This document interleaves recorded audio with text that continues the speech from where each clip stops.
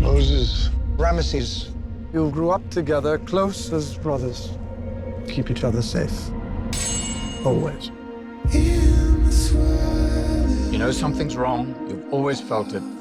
Your parents never told you the truth. What truth? The year of your birth, there was a prophecy that our leader would be born to liberate us. That leader is you, Moses. After 400 years of slavery, things here have become much worse. As your brother, you must set them free. Is that a threat? Yes!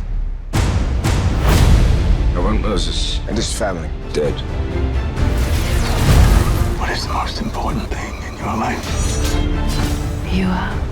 And when will you leave me? Never.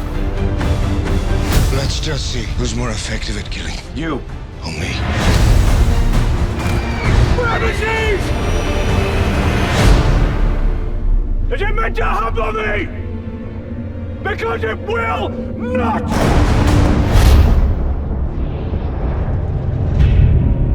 I came to tell you that something is coming that is far beyond you and I. This is about Egypt's survival, do you understand? Who has been telling you this?